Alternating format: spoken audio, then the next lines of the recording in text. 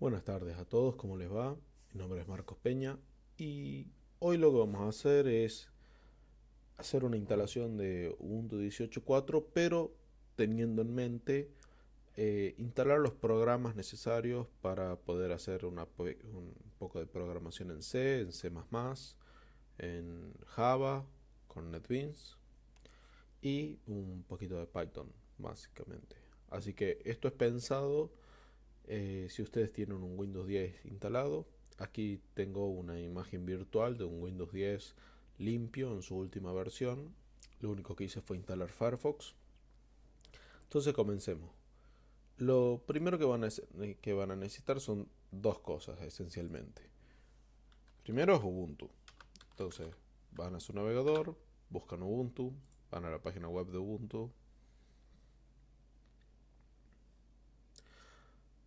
y lo que deben hacer es buscar una parte donde esté la descarga del sistema operativo. Eh, y aquí tienen Download Ubuntu.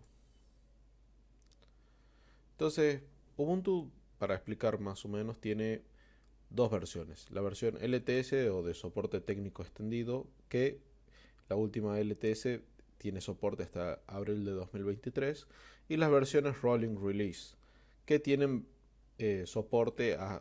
por un año y medio. Esto es si ustedes quieren probar las últimas actualizaciones o las últimas versiones.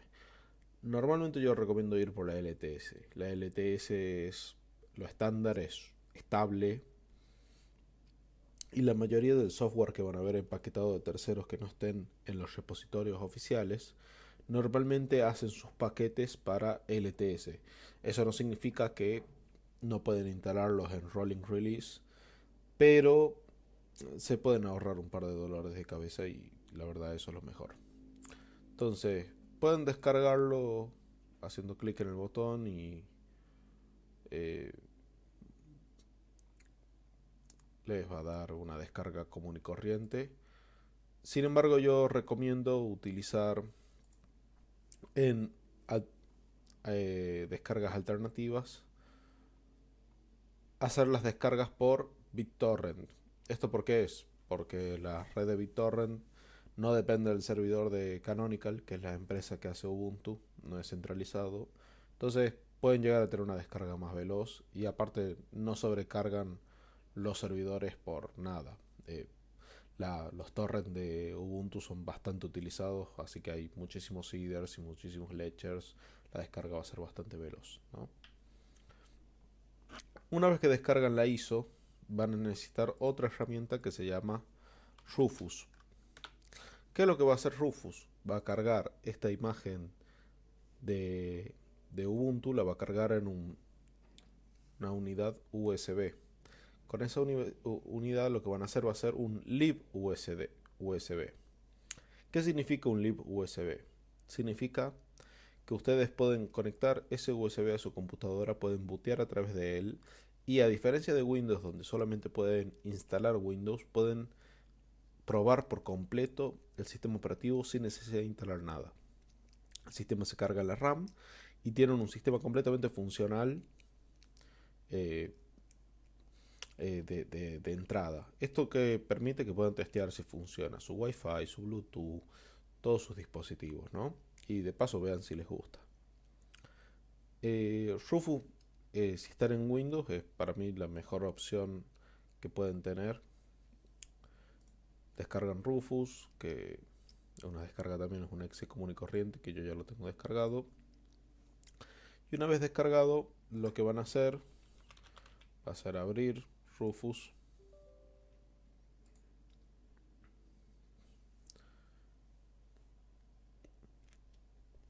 y les va a dar la opción de seleccionar el dispositivo USB y luego la imagen de ISO que descargaron de Ubuntu. Acá voy a hacer un pequeño paréntesis porque como estoy en una máquina virtual no tengo ningún dispositivo USB conectado ahí ni tampoco tengo la ISO acá de Ubuntu. Así que esto es algo que en el video anterior yo no expliqué muy bien y me gustaría explicarlo un poco mejor. Esto es algo que no expliqué en el video anterior y me gustaría explicarlo ahora. Hay dos tipos de esquema de particiones en un disco duro. La MBR, que es la tradicional, la más antigua, y el esquema de partición GPT.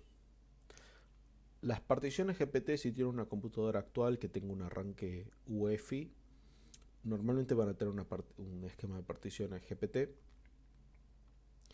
Y normalmente las computadoras más antiguas que usan BIOS usan MBR. Sin embargo, esto no significa que no puedan tener un MBR en un sistema que tenga UEFI. Eso depende del disco duro. Eso, ¿cómo lo pueden verificar? Pueden ir a escribir partition o algo por el estilo y les da el programa de manejo de administrador de discos de Windows.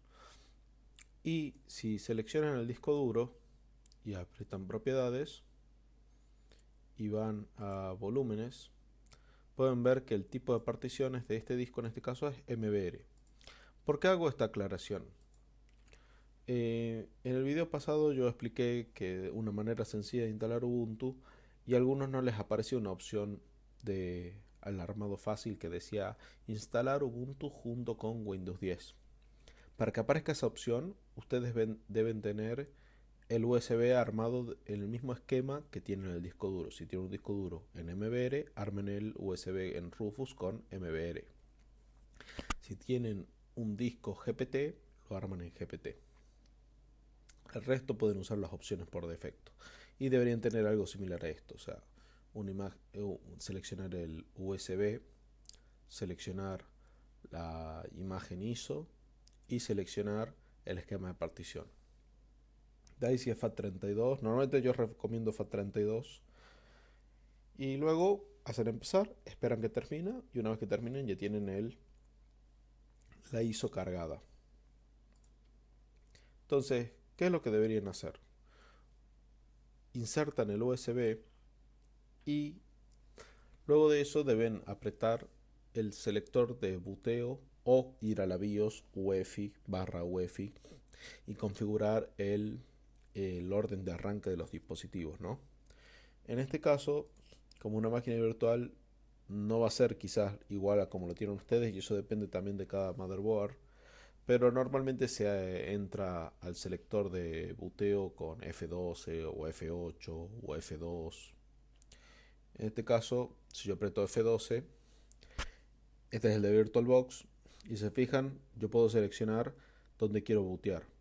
Por defecto es el disco duro. Bueno, yo voy a seleccionar el CD-ROM porque está puesto como un CD virtual y ustedes deben ver una pantalla similar o una pantalla negra que diga que bueno, va a aparecer ahora en los carteles,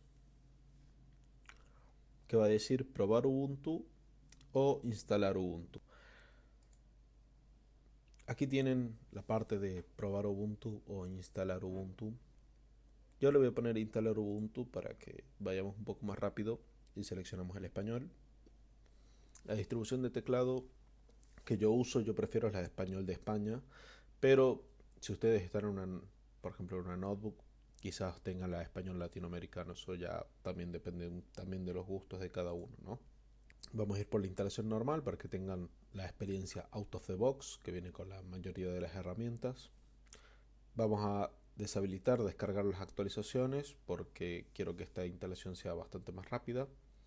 Y tienen esta opción para instalar driver privativos o de tercero. Yo se los recomiendo, si esta es su primera instalación de Ubuntu, les recomiendo que marquen esto. Yo no lo voy a hacer de nuevo para que sea un poco más rápido. Y esta es la parte que yo les decía, si ustedes hicieron para un disco MBR, Rufus MBR, o si hicieron GPT y Rufus GPT, les va a salir esta opción que dice instalar Ubuntu junto a Windows 10. Si son primerizos, esta es mi opción recomendada porque es súper sencillo de manejar cuánto espacio quieren para cada uno de los sistemas, ¿no? Aquí va a estar Windows y aquí va a estar Ubuntu. Vamos a dejarle unos 25 gigas. Hay ciertas ventajas y ciertas desventajas de hacer esto. La ventaja es que esto es súper sencillo de hacer, la verdad no se tiene que complicar para nada. La desventaja es que En el mundo de Linux muchas veces se puede hacer un particionado más avanzado con otras características que depende de qué busca quien instala en su computador. Por ejemplo, hacer una partición separada para los archivos personales. ¿Para qué nos serviría esto? Por ejemplo, de que si yo cambio de distribución o rompo, en caso extremo, rompo completamente el Ubuntu metiendo mano, puedo reinstalar el sistema sin tocar mis archivos personales. O cambiar de distribución a otra. Si no me gusta Ubuntu, puedo irme a Fedora y, y mantener todos mis archivos personales intactos. Entonces vamos a hacer esta opción sencilla. Nos va a decir que estos cambios, o sea, son irreversibles y que hay un cierto riesgo. Ustedes le dan que aceptar, pero siempre backupen. Eso es importante antes de hacer cualquier tipo de operación de este estilo. Siempre es importante backupear sus archivos más importantes. Van a salir, bueno, ya seleccionar su ubicación, que en este caso detectó que estoy en La Rioja. Si ustedes necesitan conectarse a Wi-Fi, les va a dar una opción en el instalador para conectarse a Wi-Fi. No, aquí vamos a completar nuestros propios datos, marcos, nombre de equipo, nombre de usuario. Y aquí esto es importante. Esta contraseña no es como en Windows que les dejan instalar sin contraseña, porque esta contraseña va a ser una contraseña de administrador, lo que les va a dar permiso de superusuario para poder instalar software o hacer cambios en el sistema. A diferencia de Windows, donde cualquiera puede instalar software, en Ubuntu solamente aquellos que tienen permiso de administrador y con su correspondiente contraseña son capaces de hacer cambios en el sistema, así que es muy importante que las recuerden. Yo voy a hacer una contraseña muy sencilla.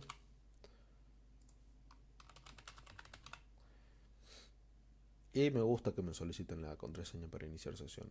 Personalmente es así, también pueden hacer inicio de sesión automática.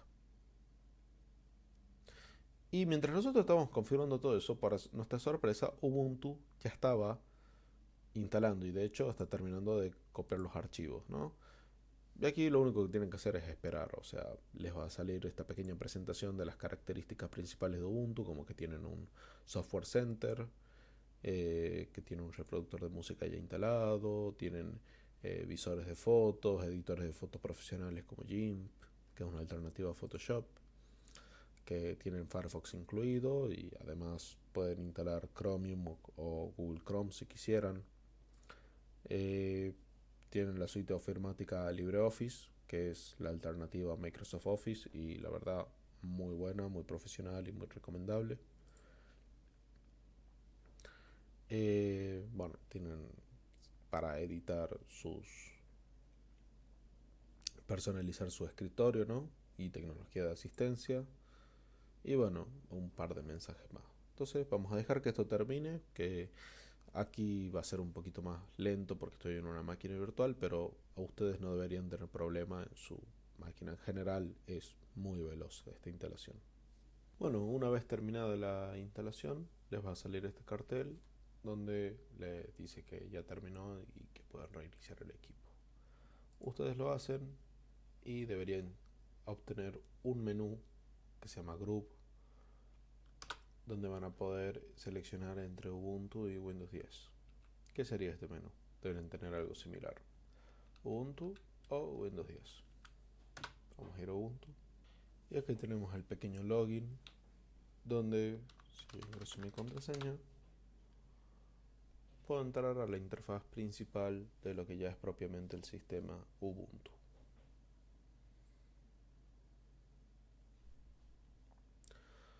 Vamos a explicar un poquito la interfaz de Ubuntu antes de seguir con la instalación de los diferentes... Bueno, vamos a cerrar esto. De los diferentes programas que necesitamos para programar en Ubuntu, ¿no? Primero que nada, tenemos esta barra lateral. En vez de tener una barra inferior, tenemos esta barra lateral. Por defecto se puede configurar para que la tengan abajo como en Windows. donde tienen los accesos rápidos a los programas y además las ventanas que se abren se abrirán aquí, ¿no? Pueden anclar y desanclar programas como por ejemplo esto de aquí, lo podemos desanclar. Firefox, Thunderbird, navegador de archivos, reproductor de música, LibreOffice Writer y el centro de software. Si ustedes van a esta esquina, aquí tienen el menú de accesos y notificaciones. Por ejemplo, bueno, esto les puede pasar que les diga que necesitan instalar soporte de idioma. Si ustedes seleccionaron muchas de las opciones al principio que nosotros omitimos, no van a tener ese problema. Por ejemplo, el, configurar el volumen, conexiones de internet, que en este caso lo tomo como una cableada, pero ustedes podrían tener un Wi-Fi y lo conectan por aquí. Opciones de usuario como cerrar sesión, apagar, bloquear pantalla y configuración. Y por último, si ustedes aprietan actividades, acá les va a salir un pequeño despliegue de todas sus ventanas y también tienen un launcher de aplicaciones. Por ejemplo, si yo abriera estas dos ventanas, el navegador de archivos y Firefox, tenemos el navegador de archivos y Firefox, que si nosotros apretamos actividades, se despliegan las dos y si queremos cerrarlas o moverlas, ¿no? Vamos a cerrarlas por ahora, por la RAM despreciada. Y lo que vamos a hacer ahora es que tenemos esta pequeña parte de búsqueda. Acá nosotros podemos buscar archivos, sería como este su menú inicio, ¿no? Entonces, por ejemplo, si quiero una calculadora, aprieto Calc y ya tengo Calc, calendario, calculadora. Quiero navegar por internet, sale Firefox. Esto busca por descripción y por nombre, así que no tienen que tener temor de que si no se acuerdan el nombre de alguna aplicación, por ejemplo algún juego, buscaminas, configuraciones como aplicaciones predeterminadas, monitor del sistema para ver la RAM y los recursos que estén utilizando. Por ejemplo, en esta máquina virtual tengo 2 CPU y 6 GB de RAM. Bueno, vamos a hacer paso a todo lo que es la instalación del software. Para esto pueden usar el centro de software, pero yo recomiendo a veces quizás utilizar la terminal de comandos. Es un poco más limpio el proceso y transparente y sabemos realmente lo que está pasando. Para instalar software con la terminal de comandos es tan simple como escribir sudo, que es indicar que este comando va a ser hecho con poderes de administrador, sudo apt, que es el gestor de archivos. Esto lo voy a agrandar un poco para que se note mejor. A ver, así, y vamos a ampliar esto. Bien. Sudo apt,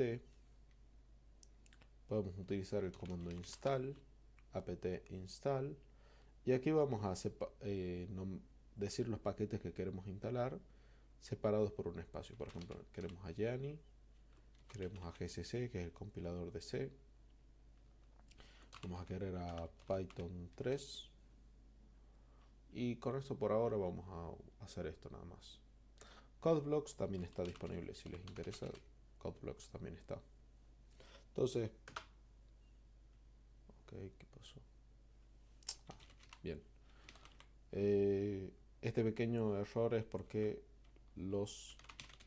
la lista de paquetes no está actualizada porque yo le dije que no lo haga al inicio de la instalación, ¿se acuerdan? Bien.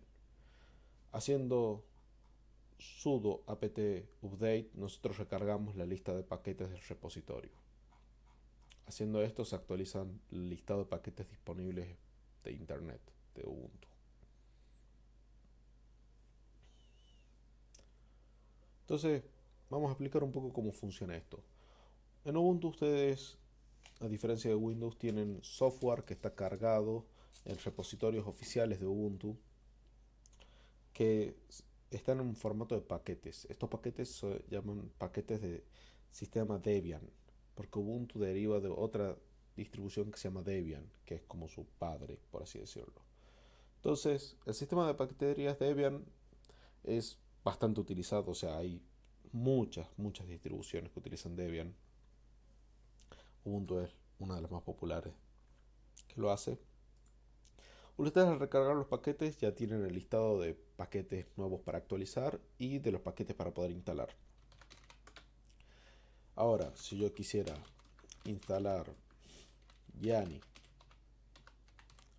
GCC, GPP, Codeblox, ahora sí aparecen, ¿no? Entonces me dice que necesita descargar 21 megas y que va a utilizar 80 megas al finalizar. Nosotros le ponemos que sí.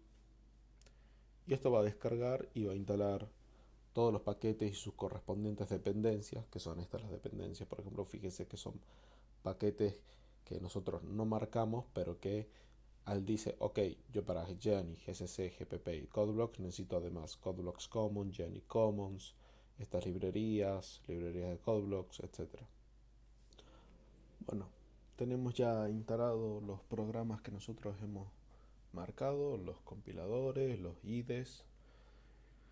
Y lo único que debemos hacer ahora es verificar que esté todo bien. Si yo pongo Codeblox, debería tener Codeblox cargado. Y si se fijan ya detecta el compilador. ¿Por qué no? Yanni, que va a ser con el que ustedes van a competir para que se vayan acostumbrando. Está aquí. Y ustedes pueden hacer un programa en C, por ejemplo. Hacer un pequeño hola mundo para verificar que esté todo bien.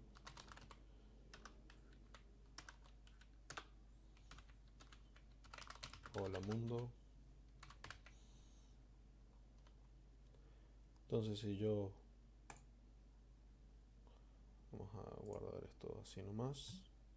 Compilación con éxito. Si se fijan, ya utilizó GCC. Esto es lo que van a tener en la competencia. Van a tener GCC como compilador.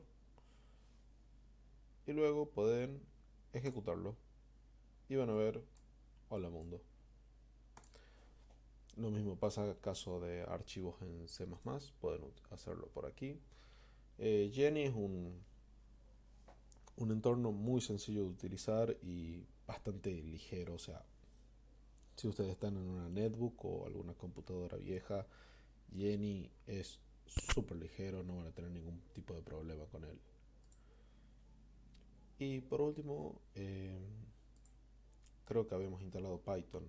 Entonces, Python, si yo abro una terminal y escribo Python, no instalé Python al final. Podemos instalar Python con Python sudo apt install Python 3 para instalar Python en su versión 3 y Python común. Creo que este paquete, yo la verdad no soy experto en Python, este paquete que es Python solo instala Python 2.7, tengo entendido. Nosotros podemos hacer esto y el mismo proceso de antes. Ya está instalado. Entonces, ¿por qué no funciona? Bien, ahí está. Ahora sí tengo el intérprete de Python. Yo podría escribir código en Python con otros editores y ejecutarlo con este comando con Python 3. Vamos a detener esto. Y bueno, en el próximo video vamos a ver cómo instalar NetBeans en su última versión en Ubuntu, que es quizás un poquito más complicado que Jenny y Codeblox, pero nada del otro mundo. Espero que les sirva, que lo aprovechen y que dentro de todo, cuando lleguen a la competencia, no les parezca algo extraño ver una computadora con Ubuntu. Gracias y chao.